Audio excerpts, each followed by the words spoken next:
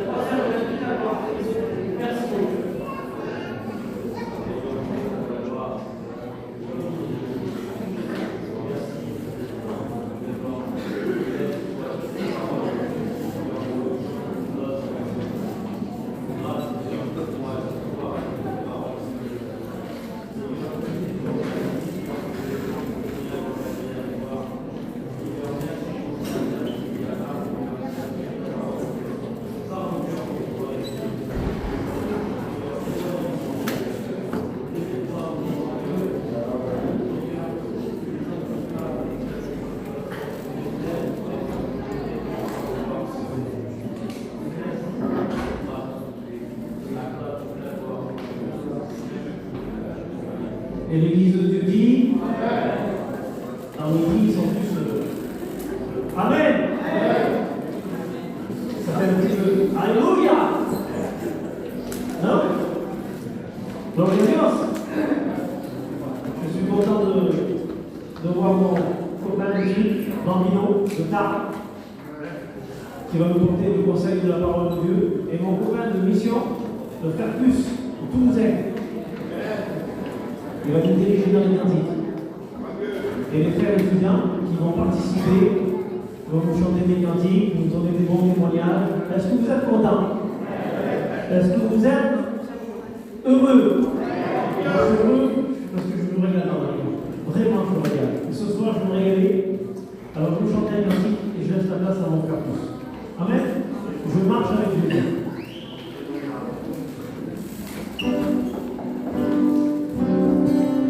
Je marche avec Jésus.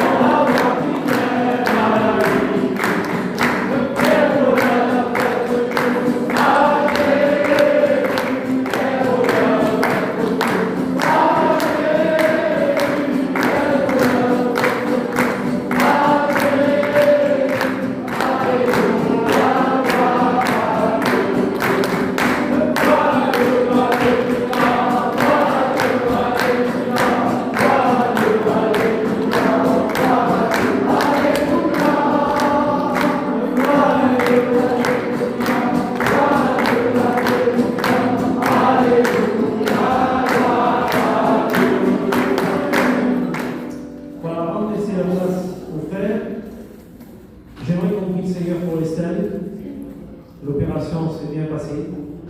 Seulement, voilà, elle souffre. Donc, on va demander la grâce de Dieu, ainsi que pour l'aînesse, ceux qui l'ont utilisé, il était pas très bien aussi. Et je demanderai à un ancien, je demanderai à Philippe, serviteur de Dieu, de présenter ses mains. On laisse la place. Dieu de tout, on grâce à Dieu, Dieu soit élevé.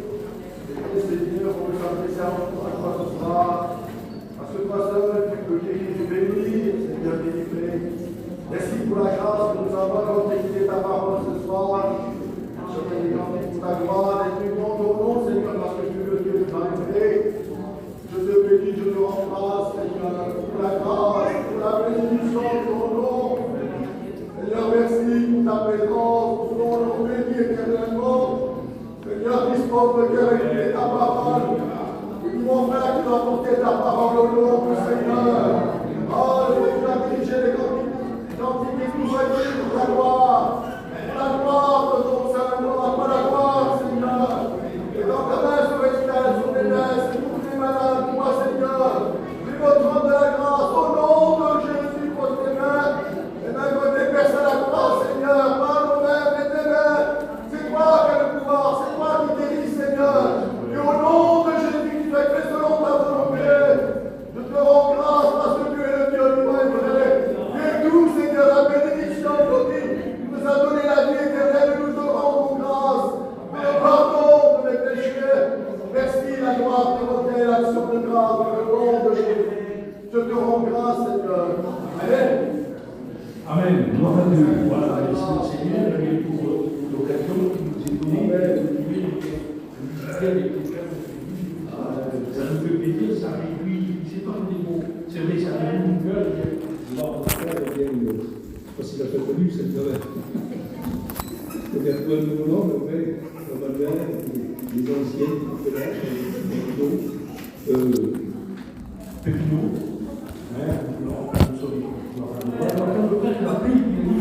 Le frère plus va mourir, il va diriger les chars. Sachant que, comme on le disait au début, c'est avec les frères, le Seigneur, il a fait quelque chose de grave. Il n'est pas limité. La preuve, il a fait des plus de 100 kilos. Donc, il n'est pas limité, encore à Dieu. Et puis, il a parlé à l'âme, on lui a fait chanter des musiques. Alors, à Dieu, on va chanter ensemble des cantiques. On a vu une chose, on n'est pas d'accord avec ça. Parce que moi, je dis, je crois que même la mission de remettre chanter. Parce que je ne sais pas chanter. Alors, je crois que vous dites à personne, ne dites pas que c'est plus que les gens, sinon la mission ne va pas la carte. On va chanter ensemble la gloire de Dieu. Amen. Alors, vous chantez ce cantique. C'est un cantique compliqué, je ne sais pas si vous connaissez. Le même là. Vous le connaissez ce cantique? Allez, gloire à Dieu, alors on va chanter ensemble.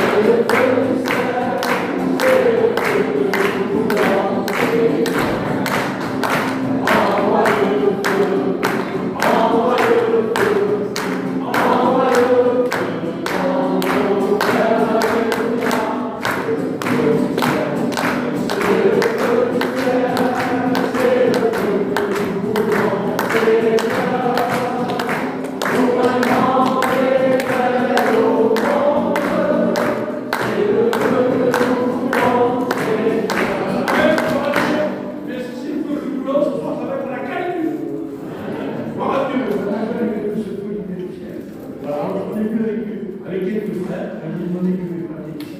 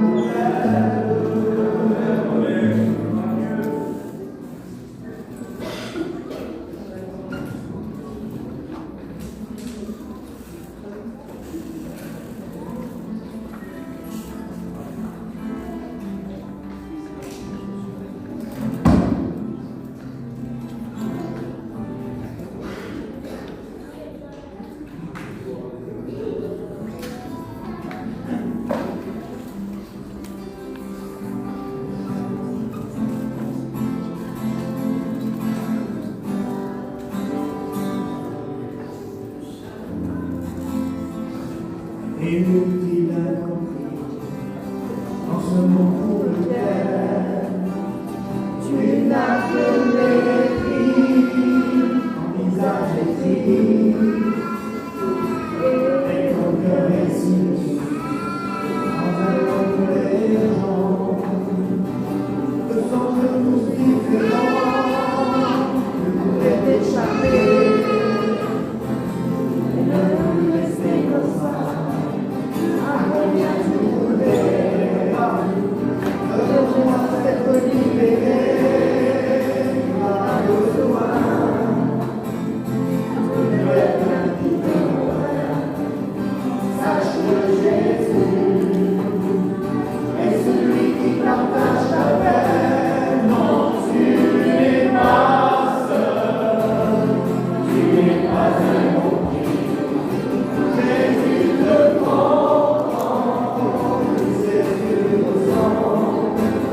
Il veut ôter la haine, mettre dans la rue. Il veut ôter la peine, mettre dans sa gloire, parce qu'il est l'amour. Il a donné sa vie pour toi, parce qu'il est lumière. Il perd les poissons pour toi, parce qu'il te connaît. Lui seul, c'est lui au départ, parce qu'il est vivant. Lui seul peut te délivrer à son appel. Non, ne résiste plus à son appel. Dis-lui à Jésus, car aujourd'hui, tu peux venir en disant oui. À la gloire du Fils de Dieu, je suis heureux. De transformer ta vie, le Fils de Dieu, de bouleverser ton cœur, laisse l'amour de Dieu. Envahir toute ta vie, laisse l'amour de Dieu. Exalter ton cœur.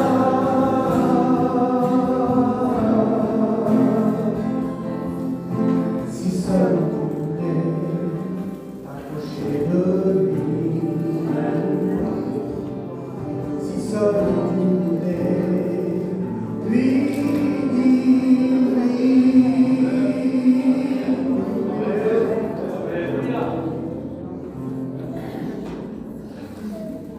C'est un peu mon témoignage, je suis gentil qui relève un peu mon témoignage, parce que j'ai vécu moi, j'ai été élevé dans une famille chrétienne. Et puis j'ai connu l'évangile tout petit. Mon père c'est un serviteur de Dieu, c'est pas pour ça que ça a fait de moi un chrétien. Et tout jeune, j'avais donné mon cœur au Seigneur et vous savez que je voulais dire la vérité. Mon père était missionnaire, je partais dans les pays étrangers, et j'ai vu beaucoup de choses se passer devant mes yeux, mais c'est pas pour ça que ça a fait de moi un chrétien. Et à l'âge de 21 ans, 20 ans, j'étais un garçon détruit par le monde, j'étais un garçon qui était lié par la drogue, j'étais un garçon qui n'avait pas la paix, en un mot j'étais triste, je n'avais pas la joie, pourtant il y avait tout ce qu'il fallait chez moi, et moi je n'avais pas la paix. Et vous savez, j'ai pris ma voiture tout seul, parce que quand on a un problème dans le cœur, on est bien souvent entouré, à l'intérieur dans le cœur on est seul, et quand on est seul, c'est bien triste.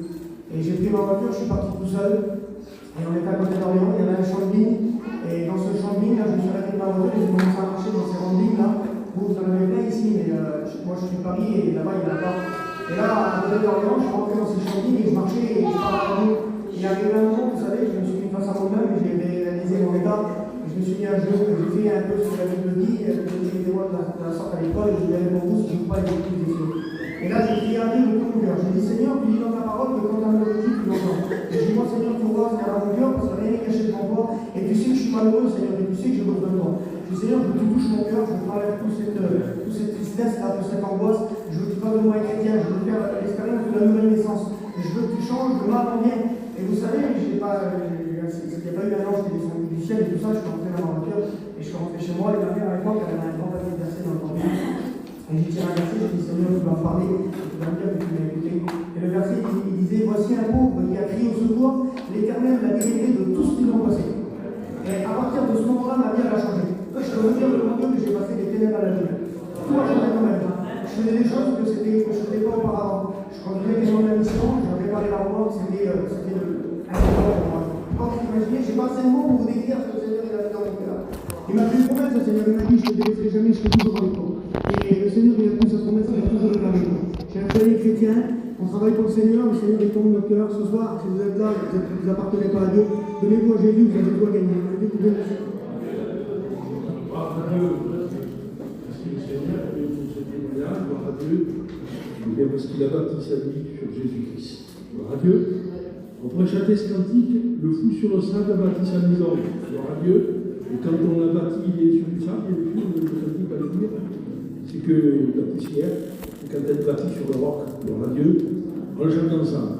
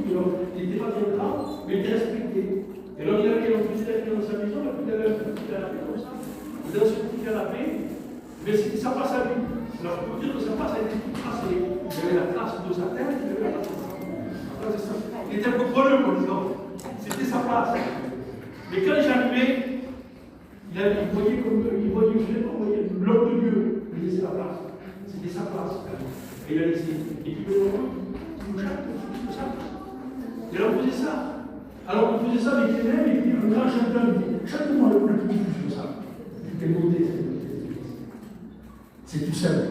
Gloire à Dieu. Voilà, on va écouter maintenant le témoignage. On va écouter du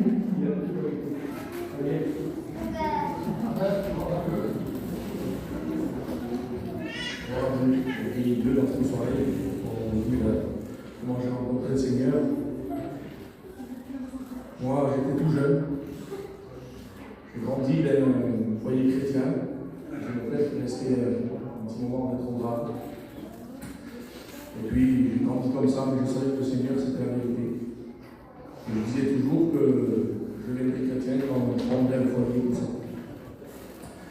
Et puis, en grandissant, moi je suis le seul garçon chez moi.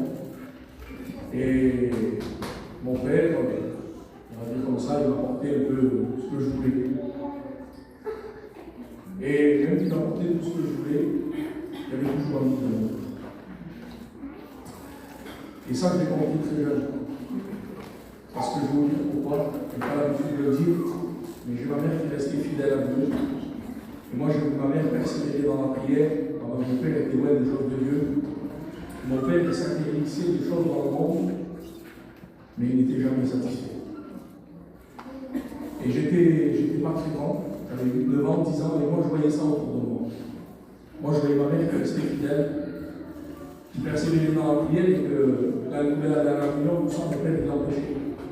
Et en grandissant, je l'ai compris, parce que mon père voulait ressembler, il voulait être comme ma mère, être fidèle, mais il n'y arrivait pas, parce qu'il était tenu par ce monde. Parce que les choses du monde lui offraient, mon père était tenu par ça. Et moi, en grandissant comme ça, j'ai grandi comme ça, et puis à l'âge de 18 ans, donc ce vide que je cherchais à combler, vous savez, dans le monde, je représente toujours ça comme ça. Pour moi, le bonheur dans le monde, c'est un peu comme une poignée de sable.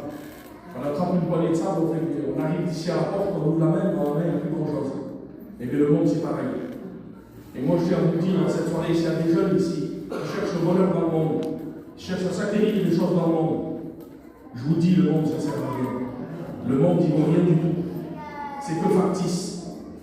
Et à l'âge de 18 ans, on est parti en mission. Mon père était revenu à Dieu. Il avait appelé pour servir Dieu. On est parti en mission, on rejoint ma soeur. Et d'un million de jeunes, j'ai donné mon cœur à Dieu. Et ce vide que j'ai toujours cherché à combler, c'est le Seigneur qui m'a comblé. Je vous dis la vérité, c'est la plus belle chose que j'ai pu faire. À l'âge de 27 ans, j'ai formé un foyer.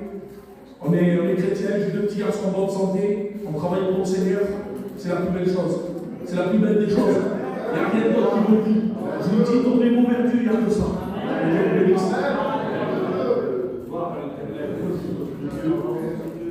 Quel bonheur, parce qu'on rencontre le Seigneur Jésus-Christ, qui m'a écouté lui-même, ce qu'il m'a dit. Et puis, il parlait du bonheur. Hier, j'ai eu l'occasion de Brigitte, je parlais du bonheur.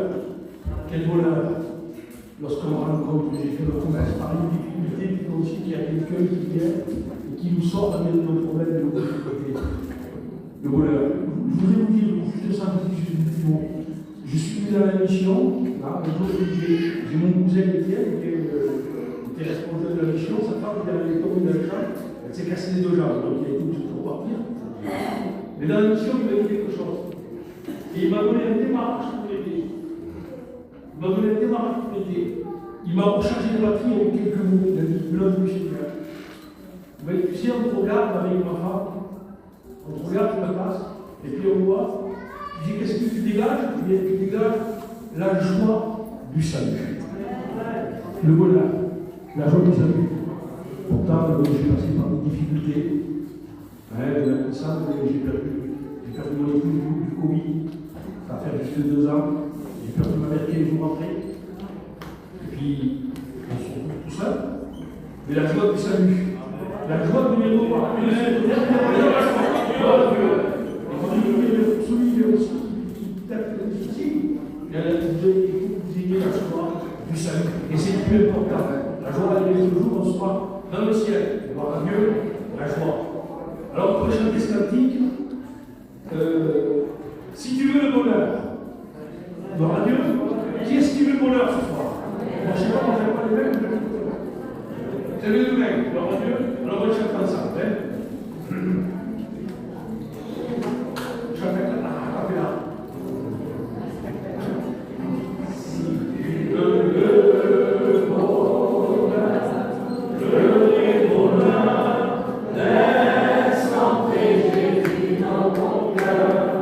De tes péchés, il efface, il te fera la grâce de transformer ton être entier pour régner sur ton cœur. Si tu veux le bonheur, le vrai bonheur, laisse entrer Jésus dans ton cœur. Gloire à Dieu. Et là, il nous a parlé bien du bonheur, mais il dit le vrai bonheur. Et je vous disais hier soir, il y a des bonheurs passagers, Babylone. On se réjouit des fois d'un bonheur passager, mais c'est éphémère. C'est quelque chose qui ne dure pas. C'est comme un peu l'artifice dans la vie. Il y a des bonheurs. C'est beau un peu l'artifice, je vous disais hier, Seigneur. la boutique s'appelle. Boum! Ah, la belle bleue. Boum! Oh, la belle rouge. C'est bon, il y a des belles lumières, donc c'est ça. Des fois, on a les écouteurs, les gens sont là, à savoir qu'ils regardent la boutique, ils sont sur le tas. Ça fait le journée. Et puis d'un seul coup, alors de là, on peut contact tout ça. Je ne sais pas si vous avez remarqué. Boum! Boum! Boum! Boum! Boum! Plus rien. Le noir total, plus rien. Mais là, c'est pas quelque chose qui va de l'artifice. Le vrai bonheur, c'est Jésus. Je ne sais pas s'il y en a d'autres qui n'ont pas encore rencontré, qui sont peut-être amnésiques, qui sont dit oui, mais j'aime le Seigneur, mais pas de mort. Mais aujourd'hui, si tu veux le bonheur, le vrai bonheur, laisse entrer Jésus. On écoute encore un témoignage, on va écouter les saints.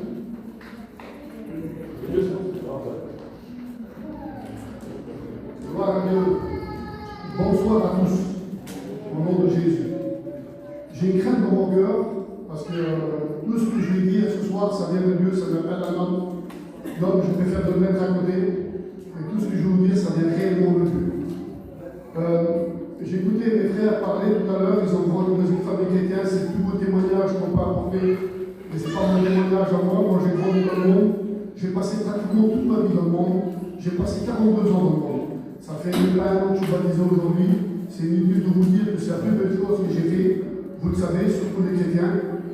Moi, avant de vous dire mon témoignage, je vais vous dire quelque chose. Quand j'ai passé dans le monde, j'ai construit un foyer avec une femme chrétienne. Elle m'a attendu pendant 22 ans. C'est pour encourager les foyers divisés. C'est pour encourager les femmes ou les hommes qui ont un foyer divisé. Pendant 22 ans, je n'ai pas pu l'accueillir une seule fois dans le monde.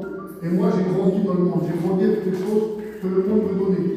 Et pas une seule fois, j'ai pu l'amener dans ce monde-là. Alors, c'est pour vous encourager, si vous avez un foyer divisé, de ne pas lâcher la main du Seigneur. Tôt ou tard, le Seigneur va vous bénir. Moi, je dis, je n'ai pas grandi tout dans une famille chrétienne. J'ai construit un foyer avec une femme chrétienne. Nous, on est une famille de 7 frères. Mon père nous a aidés tout seul. Et on a grandi comme ça dans le monde. J'ai tellement de choses à vous raconter dans le monde, mais je ne suis pas là pour ça. Je suis surtout là pour vous dire ce que j'ai vu en fait dans ma vie. Jésus, il m'a délivré. J'ai crié une seule fois à Dieu dans ma vie, parce que je n'allais pas dans les réunions.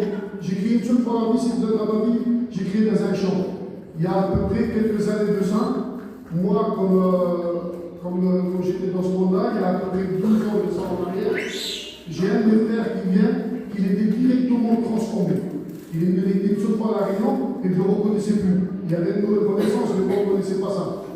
Et quand il est arrivé chez nous, je lui ai dit, mais qu'est-ce qu'il va faire sur lui, c'est pas normal. Il a changé de tout. Il a passé par les zones du baptême, lui et sa compagne. Alors aujourd'hui, il est 5 millions de lieux. Et quand j'ai vu mon frère comme ça, je me suis mis tout seul dans un champ et j'ai crié à Dieu parce que j'avais des liens, j'étais lié par des choses qui n'étaient pas du tout dans la gloire de Dieu, mais j'étais surtout lié, je me suis ouvert des enjeux de la drogue. Je n'arrivais pas à arrêter. Je n'arrivais pas à arrêter pour mes enfants, je n'arrivais pas à arrêter pour ma femme. Je vous dis, il y a 12 ans de ça en arrière.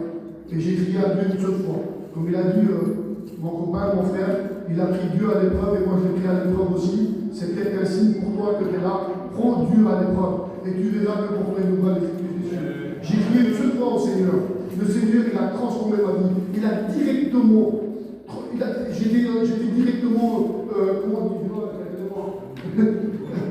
Vous prenez le nouveau, oui, mais j'ai été délivré de cette drogue. Et quand j'ai été délivré de cette drogue, j'ai eu un changement dans ma vie. Mais j'ai eu un souci, moi, c'est que je voulais suivre Dieu à ma façon, c'est que je voulais suivre Dieu sans que personne ne le sache. Mais on ne peut pas suivre Dieu sans l'Église, on ne peut pas suivre Dieu sans le serviteur de Dieu, et on ne peut pas suivre Dieu sans la parole. C'est pas possible. J'ai lâché la main de Dieu très rapidement. J'ai resté 12 ans comme ça.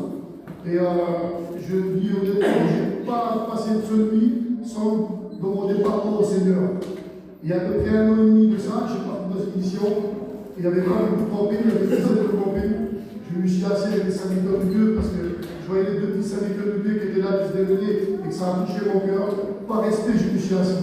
Le Seigneur m'a parlé directement à mon cœur. J'ai dit, Seigneur, si c'est pour moi, cette réunion, tu demandes aux serviteurs qui se lèvent et qui demandent tout simplement de prier de toi. Ça ne s'est pas fait au temps de la réunion, mais le serviteur, il m'a demandé dehors, il m'a appelé, il dit, je te demande pardon à Dieu, parce que le Seigneur m'a demandé de t'appeler, que j'ai pas osé le faire, que tu puisses prier de toi. Vous savez, je n'ai pas mis un ange descendre du ciel spécial, j'ai pris tout de suite une prise de conscience. À partir de ce jour-là, j'ai décidé de le suivre, j'ai décidé de passer par les zones de bataille. Quelques mois après, j'ai passé par les zones de bataille. Et moi, avant de me convertir, je ne croyais pas à la reconnaissance. J'ai remis de nouveau. Avant de me convertir, je ne croyais pas au baptême du Saint-Esprit. J'ai été baptisé du Saint-Esprit il y a quelques temps de ça. C'est la plus belle chose que j'ai fait dans ma vie. Toi qui es là, tu n'as pas fait la paix avec le Seigneur, fais-le. C'est la plus belle chose. Vous savez, je dis tout le temps, avant je croyais aux choses visibles. Les choses visibles, ça va rester sur cette terre. Alors qu'aujourd'hui, je crois aux choses invisibles. C'est le paradis. Que le Seigneur vous bénisse.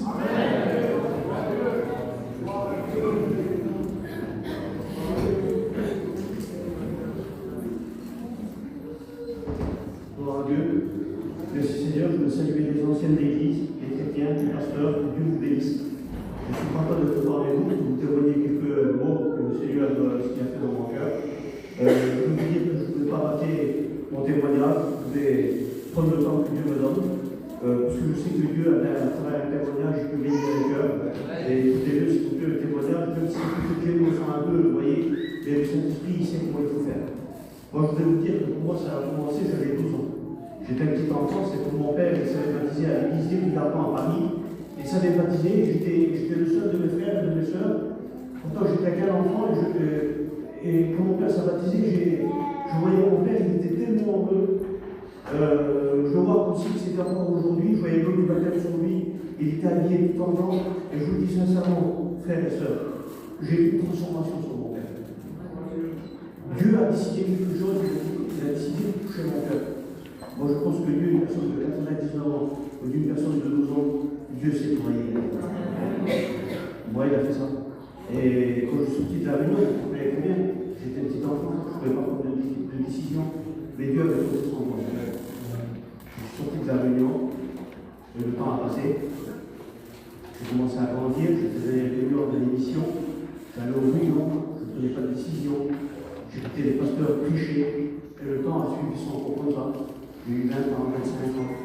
Et puis du côté de la famille de ma mère, je vais dire, tel que les mots sont, ce sont des personnes qui ne croient pas en Dieu. Je dis sincèrement, ce sont des personnes très difficiles. Et quand je partais là-bas, vous comprenez très bien ce que je prenais là-bas, je le faisais de l'autre côté. Et ils nous parlaient, ils nous disaient, les chrétiens, on les aime pas, il faut pas que tu sois quelque chose. Et comme on revenait de tout Paris, c'était en bonne mission. Mais je ne pouvais pas essayer. J'écoutais toujours la parole de Dieu. À un moment donné, j'ai pris connaissance de la parole de Dieu, je vous dis sincèrement. Quand le serviteur, il venait, il prêchait, je disais, bon, ça, mais je vous souviens de la vie, je ne pouvais pas décision. Je voulais vous dire, mes frères et sœurs, à la fois, vous rentrez derrière les gens, à la fois, vous rentrez des paroles, et à la fois, il y a beaucoup de décisions, mon cœur s'est endurci. Mon cœur s'est endurci. Et puis, le temps est venu, j'ai eu 30 ans, j'ai eu 35 ans, je me suis marié avec une chrétienne. Le temps a passé, je ne prenais pas de décision, Et à un moment, c'est venu que je commençais à précipiter ma campagne, pourtant c'était une chrétienne. J'ai commencé à la précipiter. Elle me demandait de l'amener au culte, je ne l'amenais pas.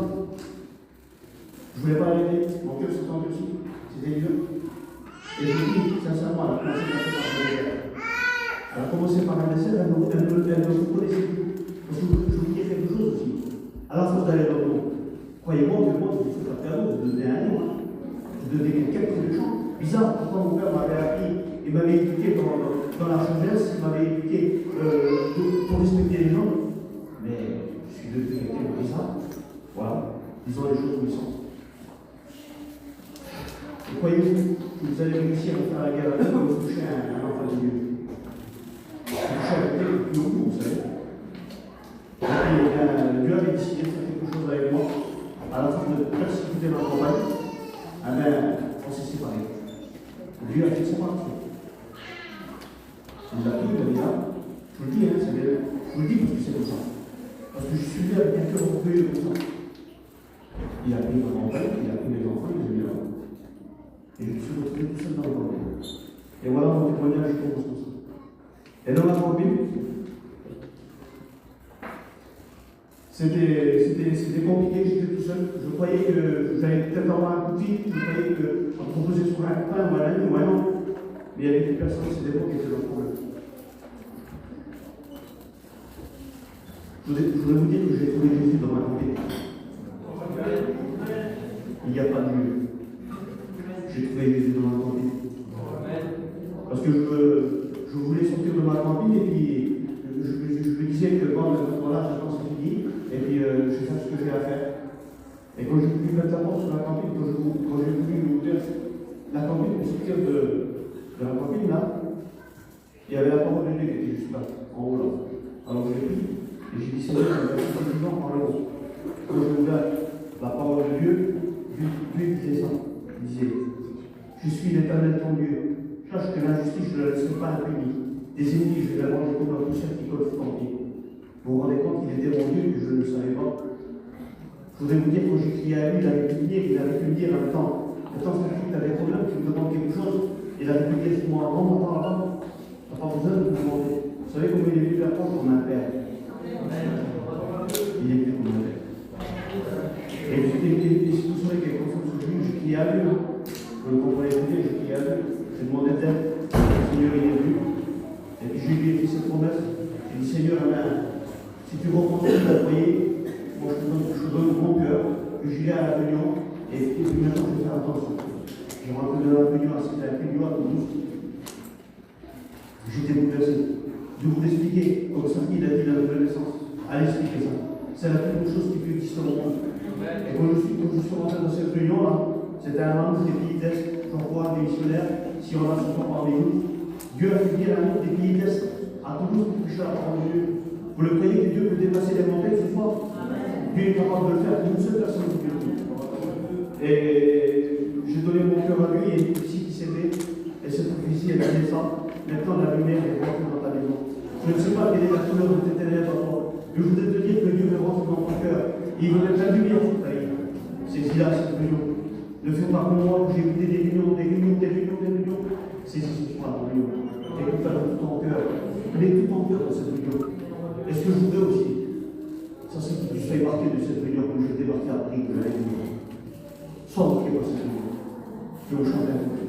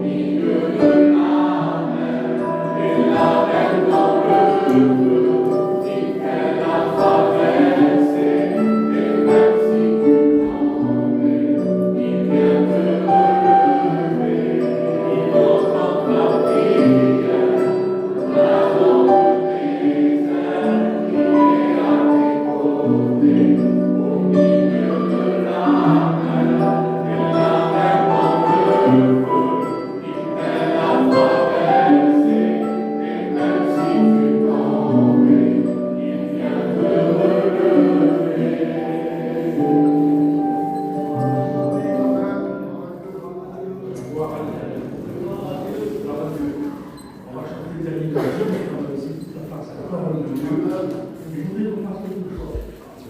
Parce que les tous, Dieu celui qui veut, qui a racheté ce petit, il est dans l'esprit de Pierre. Il est un peuple, comme Dieu de Dieu. Et ce soir, il est le peuple de sa parole, on a besoin de triompher. Il est un peuple du cœur de Dieu. On va passer à côté. À Dieu, alors le chant.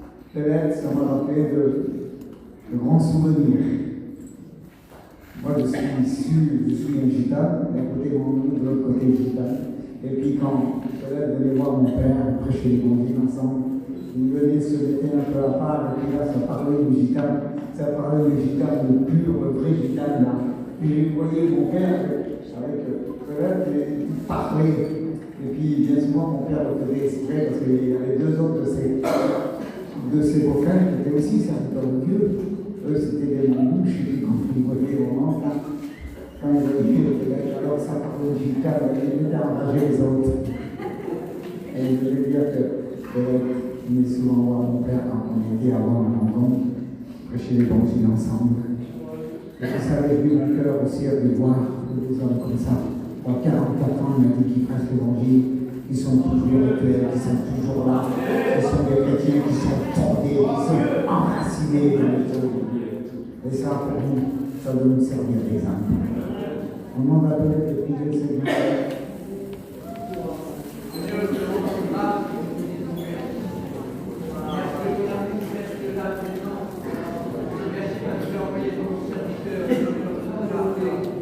Parler de ton amour bien fait, de ce que tu vas faire et de ce que tu peux faire, Seigneur. Il a qu'on besoin de ta grâce, il a qu'on besoin de te connaître, il a qu'on besoin de ton soutien, de ton appui. Père, je te prie dans cette soirée, serre-toi de ton serviteur, Seigneur. Donne-nous de Dieu le mot qui vient du ciel pour réconforter nos cœurs. Bénis chacun de nous dans le nom de Jésus. Dans cette soirée qui se passe des miracles et des prodiges, les guérisons, Seigneur, Dieu tout-puissant, nous te laissons toute ta place dans le nom de Jésus. Nous te disons merci, Seigneur. Amen. Amen. Gloire au Seigneur. Vous savez, quand on y va me rappeler, et encore hier, on m'a demandé de faire la réunion, j'ai accepté avec le jour. Le Seigneur a mis une pensée sur mon cœur. Et vous voyez que ce truc à temps, elle a tout changé. Je vais vous dire pourquoi. J'avais l'intention de vous parler de Zachée, ce best-seller de l'évangile de Luc, en réalité, qui ne connaît pas Zachée, qui n'a pas écouté parler de ce petit homme-là, de Zachée. Et puis je voulais vous parler des obstacles qu'on découvre. Lui, il avait décidé de rencontrer le Seigneur. C'était un souhait, c'était un désir, peut-être aussi par curiosité. Mais quand on lit son histoire, on s'aperçoit qu'il y a là toute une multitude de problèmes qui l'empêchent de rencontrer Jésus. J'avais l'intention de vous parler de ça. Par exemple, je vous dis quelques mots rapidement. Il avait le problème, son premier problème, c'était un chef. Combien de chefs au milieu de notre peuple qui se croient au-dessus de tout, qui croient tout connaître? C'est l'attitude de cet homme-là, il était chef pour rencontrer le Christ. Il fallait qu'il descende un peu de sa statue de chef. La Bible dit qu'il était riche. Mais lui, avec toute sa richesse, ne pouvait pas rencontrer le Christ, donc Dieu n'est pas contre l'argent. Mais je voudrais dire que son cœur restait libre, même s'il était un chef, s'il avait donné des ordres, même s'il avait de l'argent, même s'il vivait dans l'une des plus belles villes à Jéricho, il avait tout ce qu'il fallait, cet homme-là. Il a tous ces obstacles-là, il a fallu qu'il les franchisse. Et puis sa taille était quelque part un obstacle pour lui. Il y avait là tout le peuple qui était passant entre lui et Jésus. Et même si lui était de petite taille, je voudrais dire que son véritable problème, c'était le peuple qui était là, les gens qui l'empêchaient de voir Jésus. Combien au milieu de nos familles sont empêchés par le peuple, c'est-à-dire par d'un membre de ta famille. Tu voudrais rencontrer le Christ, tu voudrais l'accepter, tu voulais poser ta vie, mais voilà, il y a tel membre de ta famille qui est une barrière entre toi et le Christ, et puis tu n'oses pas affronter ta famille, tu n'oses pas affronter le peuple qui t'empêche de rencontrer le Christ. S'il y a au milieu de nous des personnes comme ça, la plus belle découverte, il avait cet homme-là. Il a mis de côté son argent, il a mis de côté son rang social, son niveau intellectuel, il a mis de côté sa petite taille, il n'a pas regardé au problème que les gens lui posaient. Il a mis en vigueur tout ce qu'il possédait. Il possédait une seule chose, cet homme-là. Même s'il était de petite taille, il était rapidement. Il avait des gens qui étaient bien courir. Et sa course l'a propulsé, non pas à s'éloigner de Dieu, mais à se rapprocher de Christ. Et puis j'avais l'intention de vous parler de ça, et puis j'ai préparé quelques notes là-dessus. Et puis là, tout à l'heure, je ne sais pas si c'est Sylvie qui a mis ça dans ma Bible ou quoi, je sais toujours que hier, au mentir, il n'y était pas. On prend la Bible tout à l'heure, c'est marqué ça. Et puis, c'est comme une flèche qui m'a rentré dans le cœur, alors je vais laisser faire Jésus. Il sera bien parlé. Il est marqué Jésus t'aime. Et j'aimerais vous parler de l'amour de Christ. C'est tellement important. Je crois qu'aujourd'hui, le peuple non chrétien a besoin d'une seule chose, c'est de l'amour de Dieu manifesté à la croix du Calvaire. Alors j'aimerais lire un texte avec vous. Je ne vous cache pas qu'il n'y a pas longtemps que j'ai apporté cette note-là, mais Dieu sait dans mon cœur que je n'avais pas du tout l'intention de parler de ça. Mais lui, il est souverain, il fait ce qu'il veut. Et s'il y aurait qu'une seule personne qui a besoin d'écouter ça cette fois, alors je vais y mettre tout mon cœur pour nous parler de l'amour de Dieu. J'aimerais lire un texte dans Éphésiens 3, verset 18. C'est l'apôtre Paul qui parle. Voici ce qu'il est dit. Éphésiens 3, verset 18. Que vous puissiez comprendre avec tous les saints, on pourrait traduire ici, que vous puissiez comprendre avec tous les chrétiens, que, je relis, excusez-moi, que vous puissiez comprendre avec tous les chrétiens quelle est la largeur, la longueur, la profondeur et la hauteur, et connaître l'amour de Dieu. Et puis, si on aurait lu ce texte de Jean, 1 Jean 4, 8, il est dit Dieu est amour. Gloire au Seigneur, l'amour. L'amour, j'ai noté sur mon papier là que l'amour fait tellement défaut dans le monde, mes amis, que le monde entier crie son manque d'amour. Pourtant, le monde a lancé ce fameux slogan faites la paix et non la guerre. Mais on s'est très vite aperçu, le monde s'est très vite aperçu que ce genre de paix-là, ce genre d'amour que le monde détient, n'empêchait pas les guerres. Et puis on est bien placé aujourd'hui, si on regarde du côté de la Russie ou encore en Ukraine, eh bien le genre d'amour que le monde a produit la guerre. J'aimerais dire que le monde, mes amis, est en train de passer à côté de la vie que Dieu a donnée. Le monde a lancé son slogan, son fameux slogan, faites la paix et non la guerre. Mais ce genre de guerre, ce genre d'amour, pardon, n'empêche pas les guerres. Et puis le drame en réalité d'un monde. S'il y a des amis encore au milieu de nous, eh bien, ce mot est certainement pour toi. Le drame d'un monde, c'est qu'on peut souffrir à n'importe quel moment du manque d'amour. À n'importe quel moment, à n'importe quel âge dans le monde, on peut souffrir du manque d'amour. Par exemple, le jeune enfant qui, lui, commence à faire ses premiers pas dans le foyer de ses parents, il se rend compte d'une chose, lui. Il se rend compte et il est en train de se demander mais pourquoi ses parents vivent comme chien et chat quand ils ne sont pas séparés les uns des autres. Déjà, le jeune enfant est en train de souffrir du manque d'amour au sein même du foyer parental. Il ne comprend pas, lui, pourquoi il y a la guerre au sein de ce foyer-là. Et l'enfant est en train de grandir avec ce manque d'amour-là. Il est en train de grandir dans la haine, dans la guerre, dans les disputes. Et ça va marquer le cœur de ce jeune enfant. Alors, où se tourner? L'enfant, vous savez, c'est le symbole même de l'innocence. Il est innocent, mais malgré son innocence, il est en train de souffrir du manque d'amour. Oh, j'aimerais dire qu'au milieu de nous, là, nos amis qui vivent dans les foyers chrétiens, qui dorment à côté d'un chrétien ou d'une chrétienne, mais que tu n'as pas encore donné ton cœur à Dieu. Tu te dis peut-être que tu es innocent, tu es le meilleur des garçons, la meilleure des filles, mais ton cœur est déchiré par la haine que le monde est en train d'installer dans ton cœur. Il est en miettes parce que le péché ne peut pas produire l'amour. Il produit tout simplement. Le péché produit la haine, la violence, la colère. Tu es peut-être en guerre avec je ne sais qui et je ne sais quoi. Et dans toute ton innocence, tu es en train de souffrir du manque d'amour que Dieu voudrait déposer dans ton cœur. L'innocence souffre dans le monde à cause du manque d'amour.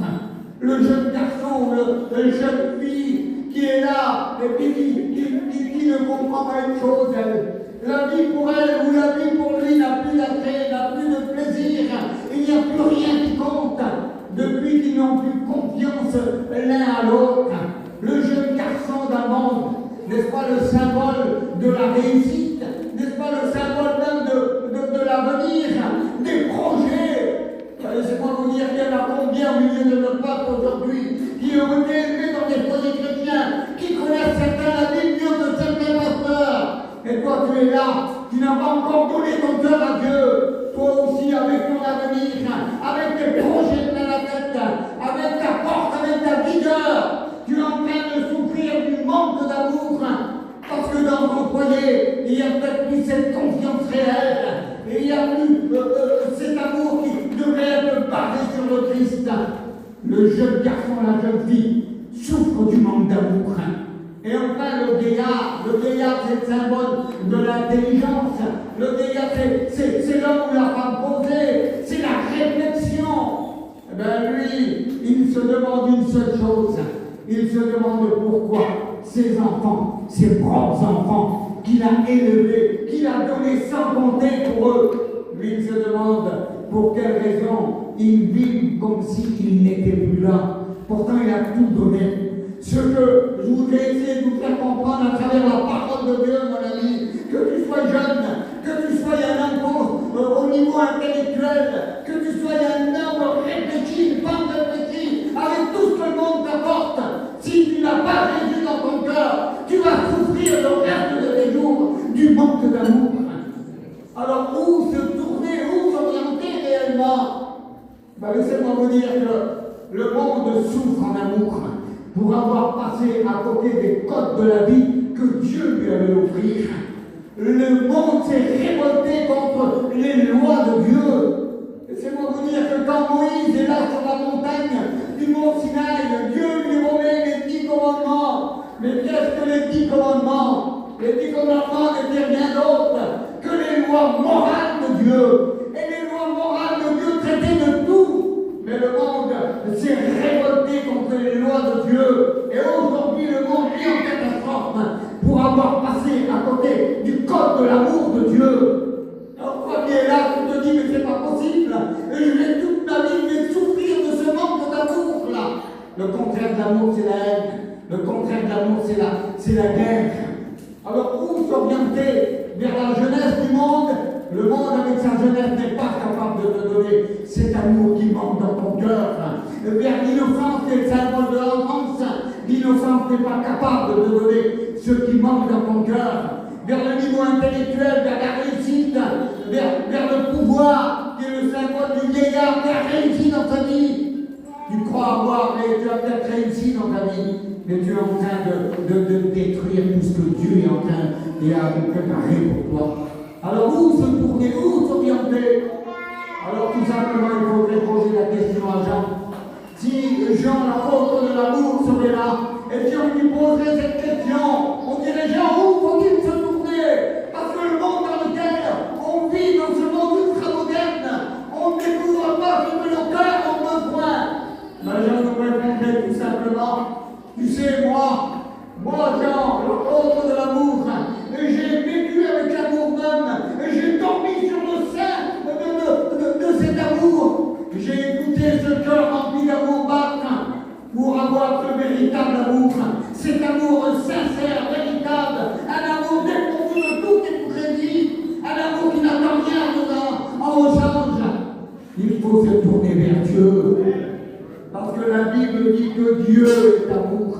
Oh, laisse-moi te dire, mon ami, que l'amour chez Dieu n'est pas simplement un sentiment de cœur, comme chez l'être humain. L'être humain sans Dieu, c'est donne-moi bien et je t'aime bien. Le contraire, tout le contraire de l'évangile. Le contraire de Jésus, c'est Dieu a donné Jésus à la croix du calvaire. Voilà le véritable amour qui manque dans ton cœur. Dieu est amour. Et j'aimerais dire que l'amour de Dieu, gloire au Seigneur, je suis en train de chercher la croix. L'amour de Dieu s'est manifesté à la croix du calvaire pour chacun d'entre nous. Et nous allons le voir ensemble. Et l'apôtre Paul, lui, l'apôtre Paul qui va découvrir cet amour, la merveilleuse, cet homme qui connaissait la Torah sur le bout des doigts, cet homme qui avait été né au pied de Daniel. Essayez d'imaginer un seul instant la stature de cet homme-là. Son niveau intellectuel, certainement, nous dépassait à tous réunis là. Cet homme-là, un jour, va rencontrer l'amour parfait sur le chemin de Damas. Et puis lorsque cet amour va imprégner Paul, va pénétrer son cœur, va tellement le pénétrer que plus tard, il va commencer à donner des dimensions à l'amour. Il va dire, il va essayer pour notre compréhension à nous, peuple du voyage ce soir. Il va commencer à parler de hauteur, de largeur, de grandeur, de profondeur. Il voudrait dire que, alors Paul, si Paul serait là, je dirais, mais Paul, il faut que tu me donnes un texte maintenant. Il faut que ça soit écrit ce que tu me dis là. Elle est où la largeur de l'amour de Dieu? Ben, c'est encore Jean qui est capable de répondre. Jean, l'apôtre de l'amour. Il te dirait à toi qui es là, tu veux connaître la largeur de l'amour de Dieu? Regarde Jean 3,16, mon ami. Lis Jean 3,16. Mais qu'est-ce que Jean 3,16, Bambino? Je ne connais pas l'écriture, je ne suis pas chrétien. Je n'ai pas l'habitude de lire la Bible. Jean 3,16, ouvre tes oreilles. Ouvre ton cœur. Jean 3,16, c'est Dieu a tant aimé le monde qu'il a donné son Fils, afin que quiconque croise en lui ne périsse point, mais qu'il ait la vie éternelle. Oh, quel amour, mes amis! C'est le monde que Dieu a aimé, le monde dans toute son étendue, dans toute sa largeur. Laisse-moi te dire que dans l'amour de Dieu, il y a encore une place pour toi, la croix de Calvaire. Oui, il y a encore une place dans cet amour pour toi. Elle t'attend. Il suffit simplement d'ouvrir ton cœur. Et dire, Seigneur, j'en ai assez écouté. Il y a des années que je viens dans ce bâtiment-là. Je suis dans l'émission. Et j'écoute la parole de Dieu, les messages les plus grands chrétiens que les autres. Et mon cœur reste vide. Mon cœur, il y a toujours cette haine. À l'intérieur, il y a encore péché. Seigneur, j'en ai assez écouté maintenant. Je veux me lever et accepter cet amour. Oh, laissez-moi vous dire. Il y a tellement longtemps que j'ai accepté l'amour du Seigneur dans mon cœur. J'avais que 8 ans. Aujourd'hui, j'ai 62 ans. Je ne regrette pas un seul instant. J'ai donné ma vie entière au Seigneur. Et je peux vous dire avec vérité de cœur que si vous voulez recommencer, je le ferai sans aucune hésitation. Parce que cet amour a transformé ma vie. Comprenez bien qu'on ne vit pas tant d'années, mais quand on voit peut-être au milieu de nous, on ne vit pas tant d'années avec le Seigneur sans de problèmes, sans des soucis. La mort des fois frappe dans nos foyers, mais l'amour de Dieu nous soutient, puisqu'il est dit qu'il nous soutient de sa droite triomphante. Oui, j'aimerais te dire à toi qu'il y a encore une place à la croix. C'est Ézéchiel de pas chanter ce cantique-là. Il y a encore une place à la croix. J'aimerais te dire qu'il y a encore de l'amour pour toi ce soir. Et quelle que soit ta nationalité, quel que soit ton niveau intellectuel, quelle que soit la couleur de ta peau, Jésus t'aime. Et il peut te sauver ce soir. Voilà la largeur de l'amour de Dieu. Je vais aller assez vite. Voilà la largeur de l'amour de Dieu. Alors si je réponds à côté de moi là, avec les textes que Jean me donne, je dirais d'accord. Merci Paul, parce que ce que tu m'as dit est basé sur l'écriture. Je veux découvrir toutes ces largeurs de l'amour de Dieu. Dieu a tant aimé le monde qu'il a donné son Fils, afin que quiconque croit. Et tu fais partie de ce quiconque là. Tu es peut-être à Bordeaux dans une grande ville. Tu as peut-être tout ce qu'il faut. Tu peux avoir tout ce que tu veux dans le monde. L'écriture n'est pas contre. Mais si tu n'as pas Jésus dans ton cœur, si tu n'as pas l'amour de Dieu dans ton cœur, tout ce que tu as est inutile, ça ne sert à rien. Tu peux avoir ton argent, mais pas contre l'argent. Tu peux avoir une belle maison, que Dieu te bénisse. Mais laissez-moi te dire le plus essentiel, c'est d'avoir l'amour de Dieu dans son cœur. L'amour de Dieu est tellement grand qu'elle est capable de pardonner notre pire ennemi. Ça, c'est pas l'amour d'un homme. Ça, c'est pas l'amour d'une religion. C'est pas l'amour d'un président. C'est l'amour de Dieu déversé dans nos cœurs. Ne veux-tu pas bénéficier de cet amour-là? T'as simplement à lever ta main tout à l'heure. Dire, Seigneur, je te donne ma vie. Ôte la haine, enlève la colère, enlève le péché, Seigneur. Il va le remplacer par son amour. Voilà la largeur de l'amour de Dieu. Et puis l'apôtre va parler de profondeur de la vérité, je vous promets. La profondeur de l'amour de Dieu. Non seulement le Christ est capable de nous aimer dans n'importe quel endroit où nous vivons. Parce que regardez, ça vient à l'esprit, je pense que c'est l'inspiration de la parole et je remercie le Seigneur. Regardez le peuple du voyage, nous on voyage. Il y en a qui vivent à Bordeaux, d'autres qui vivent à Tarbes, d'autres qui vivent un peu partout en France. Je voudrais dire que le Seigneur n'a pas regardé le lieu où on vivait, il a regardé à nos cœurs. Il est venu vers nous.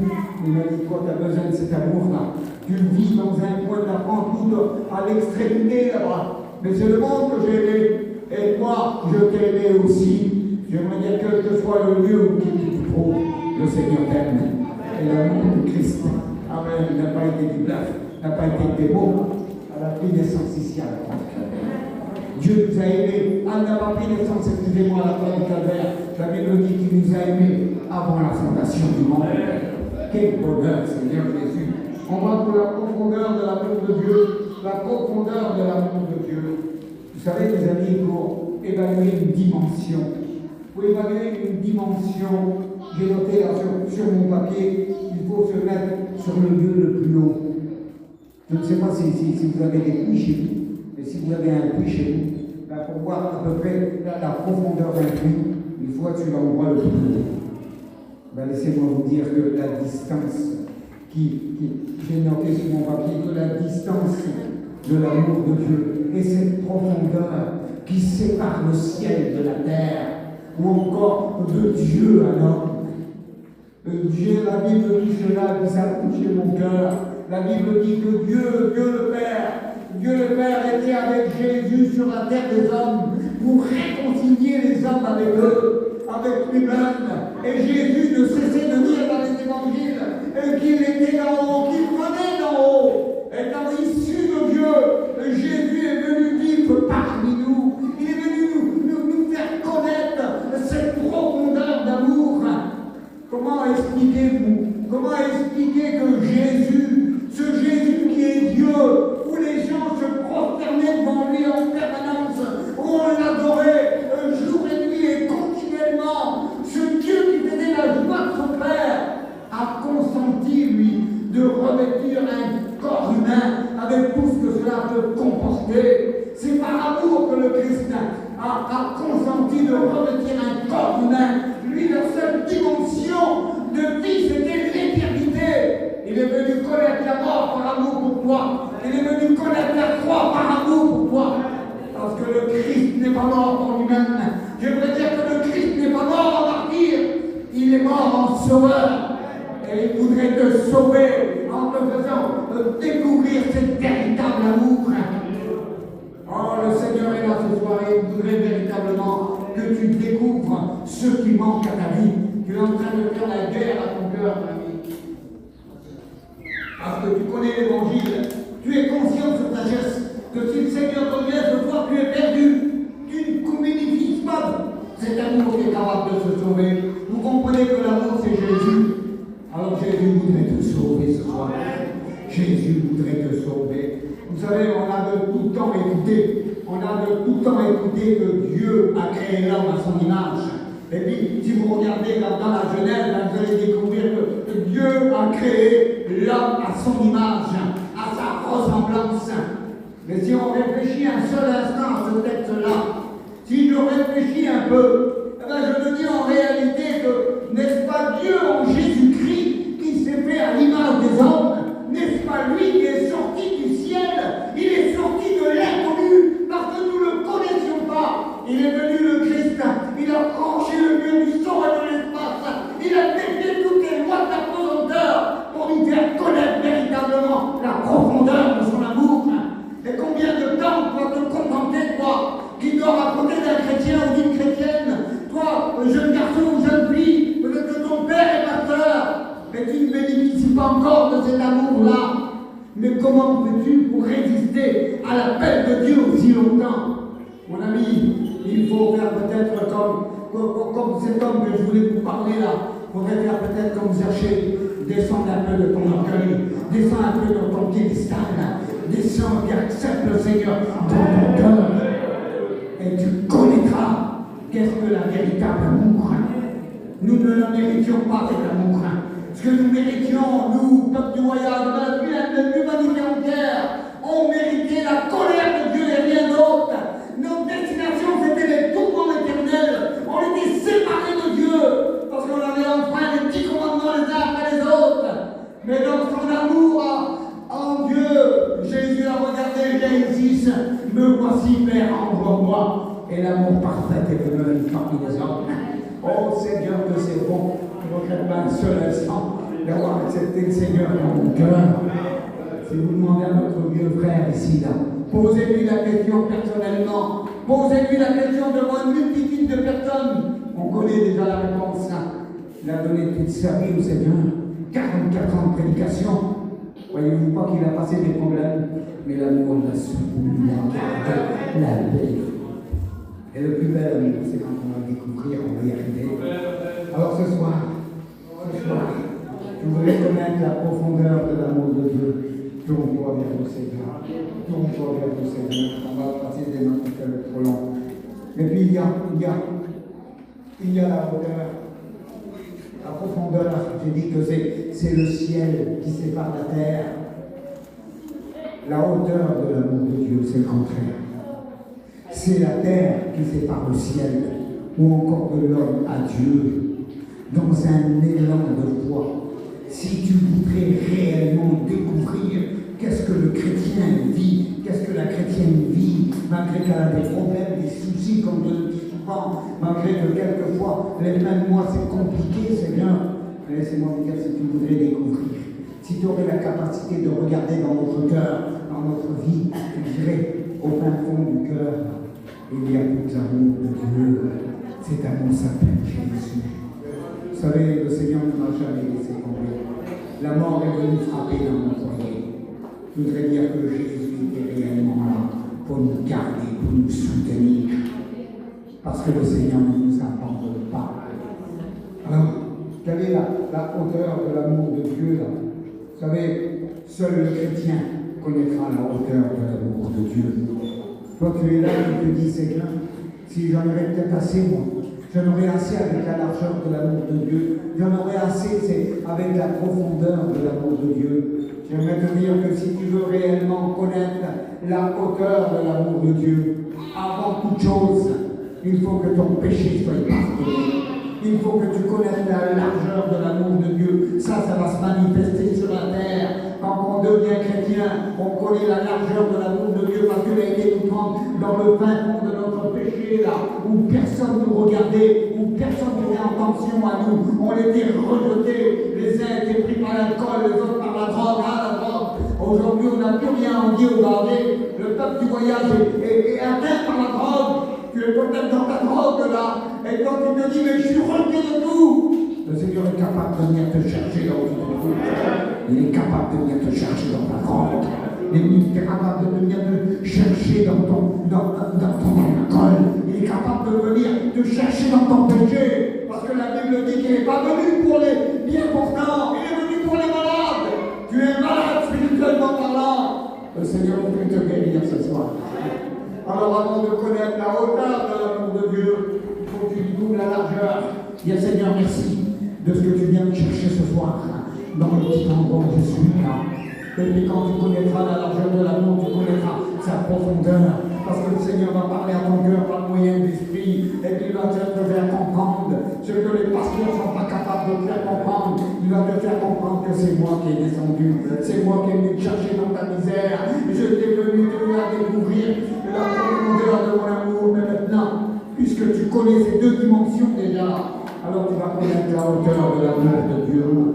Essayez d'imaginer lorsque le Christ est mort à la croix du Calvaire, et puis après la résurrection, il y a eu l'ascension du Seigneur, et puis il a été élevé au ciel, et puis les personnes qui étaient là vont commencer à regarder les disciples, ils vont regarder, ils vont quelque part, ils vont se toquer, ils vont être stupéfaits, ils vont dire, ça y est, ça va, l'amour à part, on n'aura plus, c'est fini. Détrompez-vous. L'amour de Dieu va rester, et puis nous le verrons, la longueur de l'amour de Dieu. L'amour de Dieu reste dans nos cœurs. Et Jésus va faire cette déclaration merveilleuse.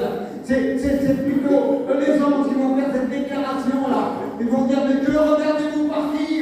En d'autres termes, mais que croyez-vous qu'il s'en va? Il s'en va vous préparer une place, afin que là où il est, nous y soyons avec lui. C'est là la hauteur de l'amour de Dieu. Il s'en va, les hommes là, excusez-moi l'expression, mais il va dire qu'il reviendra de la même manière. Et puis chrétien, vous gravez là-dessus maintenant. Quand le Seigneur est parti, les disciples étaient un peu déboussolés. Ils ne savaient pas qu'est-ce qu'il allait se passer. Pour eux, ça y est, la protection, l'amour s'en va. Et les gens vont dire, il reviendra de la même manière. Et puis là, j'aimerais dire, chrétien, chrétienne, attends-toi au retour du Seigneur. Il est imminent, il revient. Et puis lorsqu'il reviendra, on partira à sa rencontre. En un laps de temps, déclare l'Écriture, en un clin d'œil, on va découvrir l'amour de Dieu. On va découvrir la hauteur de l'amour de Dieu, pardon. Mais pour nous, ça va être le jour le plus grand, le plus merveilleux que la terre ait connu. Et pour celui qui aura resté, pour celui qui aura rejeté l'amour de Dieu, ce sera la colère horrible de Dieu qui s'abattra sur toi. Mais ce soir, c'est le jour de grâce, gloire à Dieu. Mais sinon, on ne pourrait pas te faire connaître sa colère. Parce que laissez-moi te dire que la Bible dit ça. La Bible dit qu'il sera terrible pour celui qui va tomber dans les mains du Tout-Puissant. Quel jour désastreux, quelle déception, quel regret d'avoir écouté l'évangile toute sa vie, d'avoir vu les chrétiens, les chrétiennes sauvées, des membres de ta famille là. Et puis Seigneur, j'ai loupé le coche, c'est trop tard. Tu vas venir ici, là, dans cette église là. Où sont les chrétiens? Où est un tel? Où est un tel? Où est un tel? C'est fini, tu vas ouvrir la porte de ton rempli, l'église est partie, connaître la hauteur de l'amour de Dieu. Et puis toi, tu es là, il y a eu des dizaines de disparitions. Par exemple, vous expliquez ça à l'école biblique. Il disait qu'il va y avoir une multitude de personnes qui auront disparu. On va ouvrir la radio, puis on va écouter des disparitions inexpliquées. On va allumer la télé, puis un tel est disparu, l'autre est disparu. Il ne comprendra rien. Mais toi, tu comprendras que les chrétiens sont partis connaître la hauteur de l'amour de Dieu. Alors, je voudrais te dire maintenant, arrête d'écouter, mets en pratique. Je me souviens, un jour, j'étais en Alsace. J'ai dit un seul mot. Un chrétien qui était un ricora, qui était là depuis des années et des années. J'ai dit simplement ce mot, je voudrais te le dire à toi ce soir. J'ai dit mon frère, arrête d'écouter. N'écoute plus la parole de Dieu. Il y avait des pasteurs là qui étaient là, vous regardez, ils étaient très bien là. Ils écoutons la parole de Dieu. J'ai dit arrête d'écouter, mais en pratique. C'est ça qui semble. On peut connaître la Bible sur le bout des doigts. Si on n'accepte pas l'amour de Dieu dans le cœur, on est perdu. Parce que c'est Jésus qui pardonne. Il faut mettre en pratique ce qu'il nous demande. Et je termine avec la longueur de l'amour de Dieu. L'amour de Dieu est long, parce que la Bible dit qu'il ne périt jamais. Rendez-vous compte, on ne méritait pas, comme je vous l'ai dit tout à l'heure, l'amour de Dieu, on ne méritait que sa colère, parce que nous avions enfin les commandements les uns après les autres. Et la Bible dit qu'il nous a aimés avant la fondation du monde. Mais comment est-ce possible? Comment est-ce possible qu'on peut aimer des gens qui n'existent pas? Laissez-moi vous dire que c'est impossible. Parce que Dieu est Dieu dans toute la grâce du monde. N'est-il pas dit qu'il appelle les choses qui n'existent pas et qu'ils apparaissent? Dans son omniscience, dans sa connaissance, Dieu nous a aimés alors que nous ne méritions pas. Et puis cet amour-là, elle a traversé les siècles, elle a traversé tous les obstacles les uns après les autres. Cet amour-là, il a tellement aimé le Christ qu'elle a été capable de balayer mon péché en le pardonnant. Le Christ est venu, il a pris mon péché qui était au fin fond de mon cœur. Il l'a pris, il les a jetés dans le fin fond de la mer, de sorte qu'il ne s'en souvient pas. Ça veut dire que ça, c'est l'amour véritable, sincère, un amour qui n'attend rien d'autre. Il te demande ta vie. Elle n'est pas belle ta vie, tu sais. Une vie sans le Dieu, elle est remplie de péché, elle est remplie de colère, elle est remplie de haine, elle est remplie de tout ce que tu voudras, sauf de l'amour de Dieu. Alors, que faut-il faire? Ben, je couvre mon cœur, Seigneur. Et pour conclure, allez, j'arrête là. On va prier, Seigneur.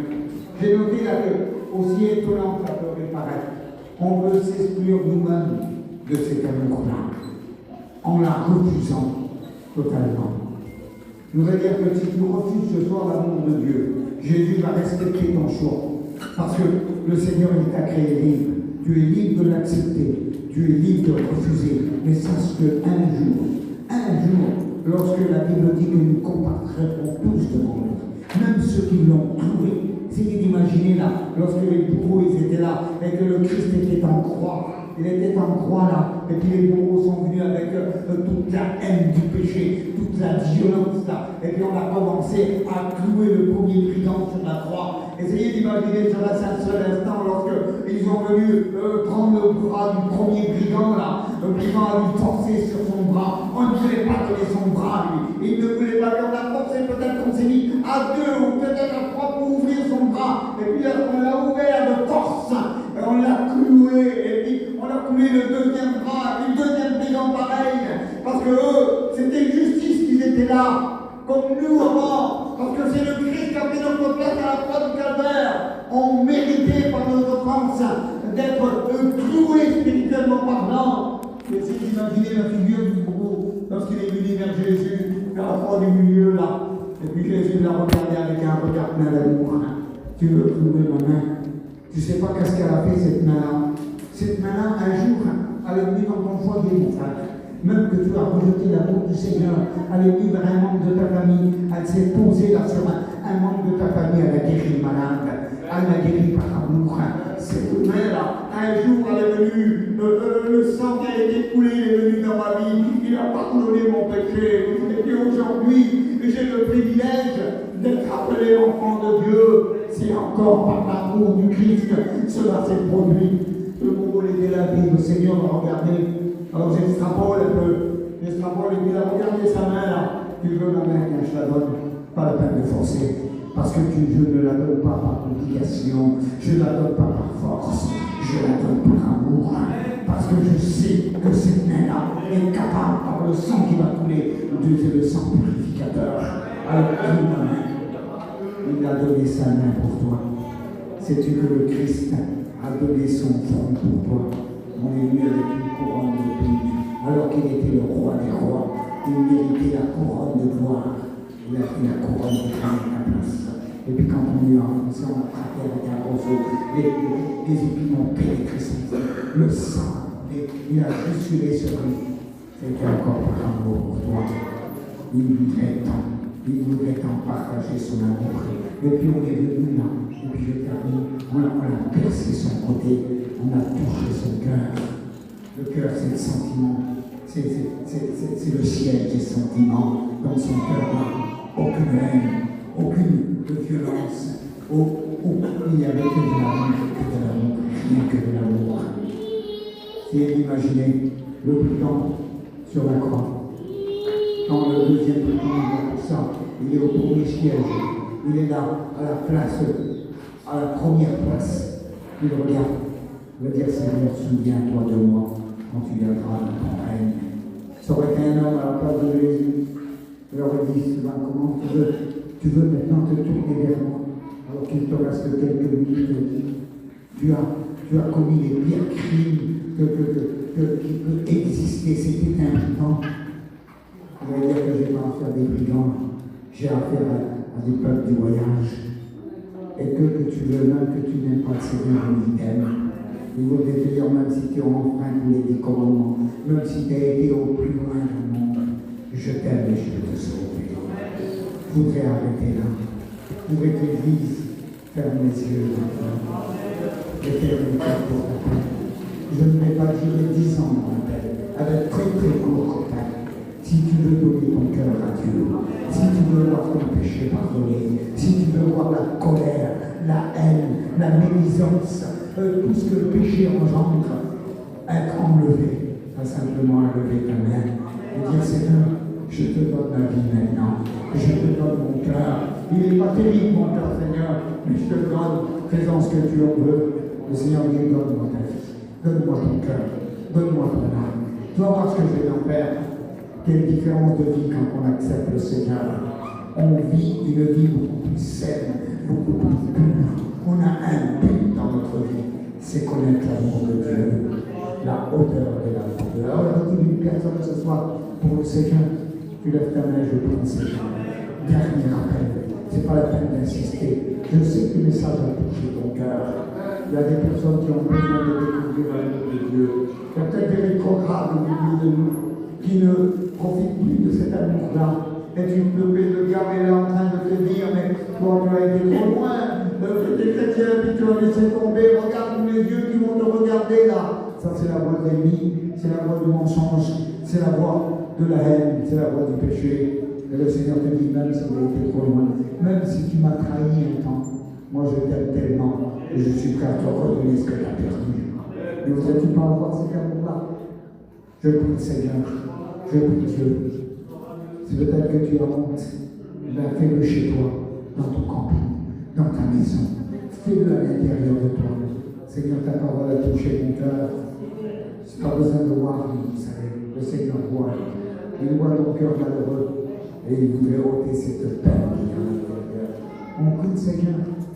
Pour demander à Père de prier le Seigneur. Que Dieu nous bénisse. Seigneur, sur le moment d'écouter.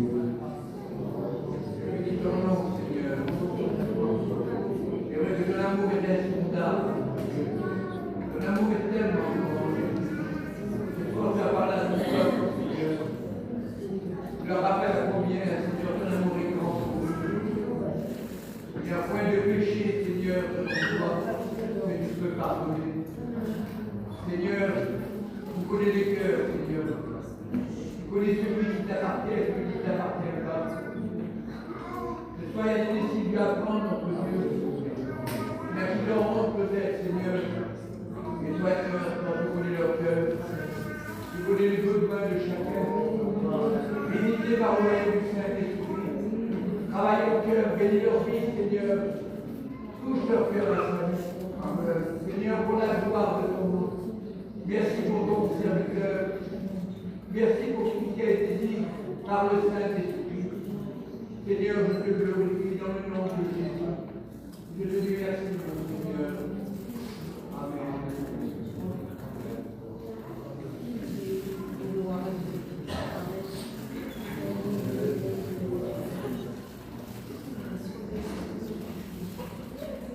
On reste dans la prière. S'il y a des malades au milieu de nous, qui s'approchent sur le devant, nous parlons le chemin quantique, qui est face à la porte qui repose.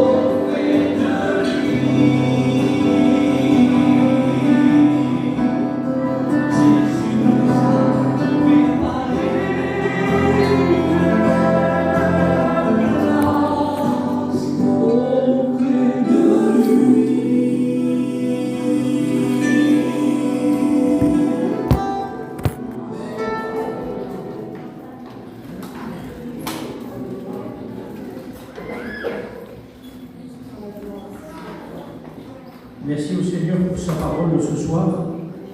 Vous avez aimé la prédication ce soir? Moi j'ai aimé la prédication. Vous savez pourquoi j'ai aimé la prédication? Parce qu'elle glorifie Dieu. Parce qu'elle glorifie Dieu. L'amour de Dieu nous a été présenté.